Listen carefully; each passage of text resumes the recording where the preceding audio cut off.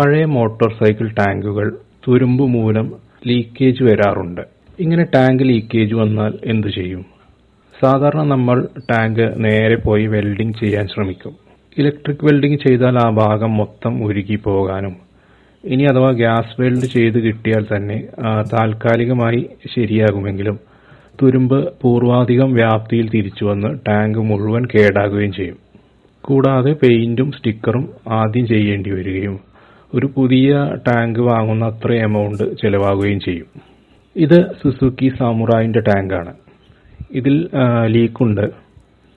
നമുക്ക് കുറച്ച് വെള്ളം ഒഴിച്ച് നോക്കാം. ഇപ്പോൾ നിങ്ങൾക്ക് കാണാം നന്നായി ലീക്കുണ്ട്. ഇനി പെയിന്റോ സ്റ്റിക്കറോ പോകാതെ നമുക്ക് എങ്ങനെ ഈ ലീക്ക് നിർത്താമെന്ന് നോക്കാം. ഇത് പാലക്കാട് ഒറ്റപ്പാലം ലക്കിടി കൂട്ടുപാതയിലുള്ള ഒരു റേഡിയേറ്റർ വർക്കിംഗ് ഷോപ്പാണ്. ഇവിടെ ചെയ്യുന്നത് എന്താണെന്ന് വെച്ചാൽ EM വെച്ച് ഉരുക്കി വൃത്തിയായി ഹോൾ അടയ്ക്കുന്നു. അപ്പോൾ നിങ്ങൾക്ക് കാണാം വളരെ മിനിമം പെയിന്റ് മാത്രമേ നഷ്ടപ്പെടുന്നുള്ളൂ. സ്റ്റിക്കർ തീരെ പോയിട്ടുമില്ല. റേഡിയേറ്റർ സർവീസ് ചെയ്യുന്ന എല്ലാ ഷോപ്പുകളിലും ഇത് ചെയ്ത് കിട്ടുമോ എന്നറിയില്ല. പക്ഷേ ഇവിടെ നമുക്ക് ടാങ്ക് റിപ്പയർ ചെയ്ത് കിട്ടുന്നതാണ്.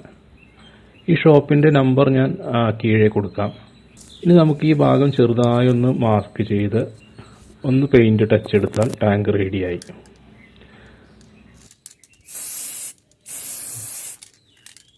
ഇപ്പോൾ വെറും 250 രൂപയ്ക്ക് നിങ്ങൾക്ക് ലീക്കേജ് നിർത്താം. നിങ്ങൾ ഈ ചാനൽ ആദ്യമായിട്ടാണ് കാണുന്നതെങ്കിൽ ഒന്ന് സബ്സ്ക്രൈബ് ചെയ്യുക. Thanks for watching.